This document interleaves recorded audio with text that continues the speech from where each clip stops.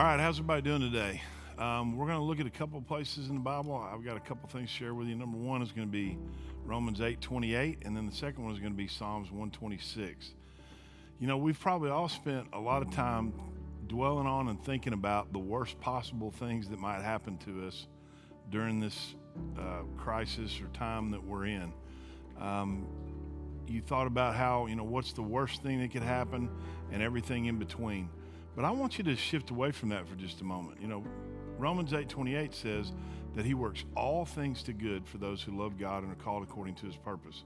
So that means, even though a lot of us aren't working or, our work is restricted or whatever, that God's work is not restricted and that God will work through even something that is a tragic occurrence, a pandemic or whatever else, that God can use in those circumstances to work those to our good. So I want you to be on the lookout, be on the alert, to be watching to see how God's working even in some of these difficult times.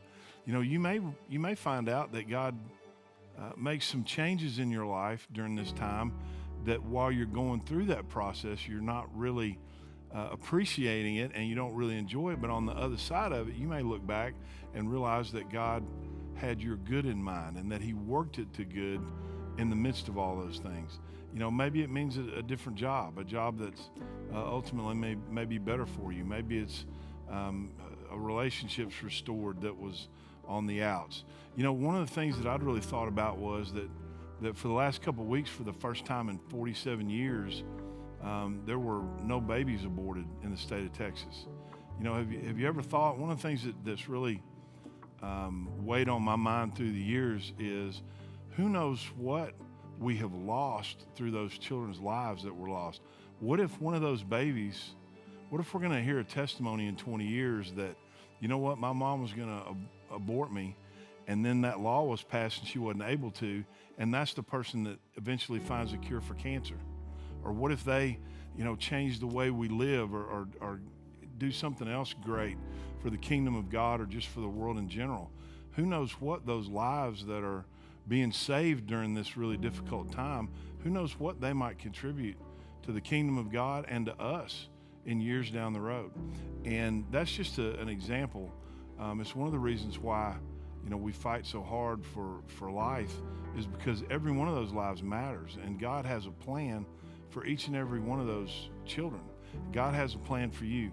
Even in these difficult times, God has a plan to prosper you, to give you a future, and to give you a hope.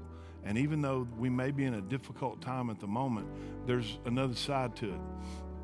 When the children of Israel would make the journey to Jerusalem, and they would often go and worship at the temple, and they would sometimes do that at different times of the year, maybe once a year, whatever their family could afford. But there were a series of psalms that they would sing as they went up the steps towards the temple. Those were called the Songs of Ascent. And one of those psalms is Psalm 126. And I want to read that to you now, and I hope it's an encouragement to you. It says, "When the Lord restored the fortunes of Zion, we were like those who dream. Our mouths were filled with laughter then, and our tongues with shouts of joy. Then they said among the nations, the Lord has done great things for them. The Lord had done great things for us. We were joyful. Restore our fortunes, Lord, like watercourses in the Negev. Those who sow in tears will reap with shouts of joy. Though one goes along weeping, carrying the bag of seed, he will surely come back with shouts of joy, carrying his sheaves." That psalm talks about God restoring things that were lost. And even though we may lose some things during this time, whether it's financially, economically, or in other ways, God's able to restore those things to what they were before and even more. And that last part, in verse 4, where it says, "Restore our fortunes, Lord, like water courses in the Negev." Negev is a very arid, desert-like part. And on occasion, God would send rain through there, and these water courses would take the rains and spread them out across all the lands for crops and other things. Even in a desert, that God can restore life and that God can bring blessing. And so I'd encourage you to read Psalm 126, and number one, to to anticipate the joyfulness that's going to come when we're able to look back and see what God has restored, how God has sustained us, and how God has taken care of us through this entire time. To be prepared to worship and rejoice at the end of it, but also to look forward with hopefulness that even though we can't see it and maybe all we can see are the bad things that could possibly happen, sometimes we can't see the amazing things that God's going to do through difficult times. So make a conscious effort to trust and to rejoice and to thank God now for what he's going to do through these times, even though we can't see it. And there's nothing wrong with saying and praying before the Lord, Lord, restore us, restore our fortunes.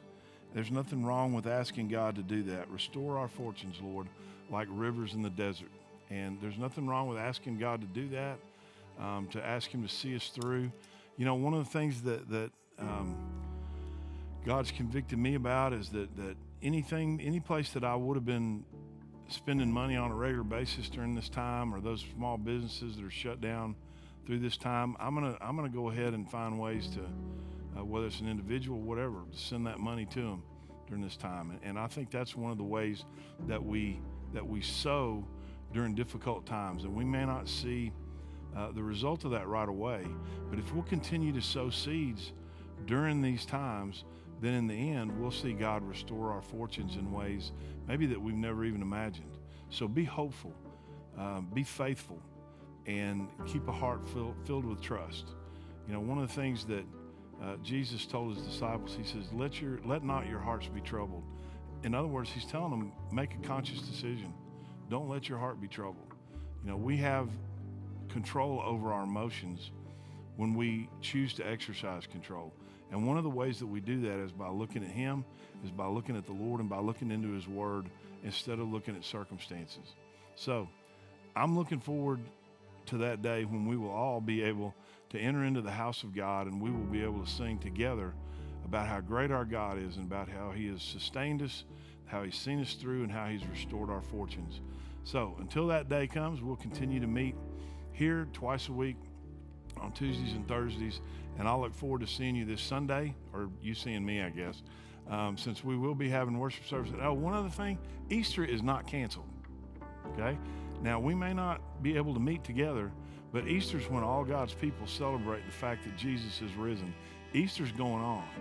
We're still having Easter, and we may have it differently than we've had in the past, but Easter is not, will not, can never be canceled. Easter is a reminder to us that Jesus is alive. So, hope you have a great week, and we'll see you next time.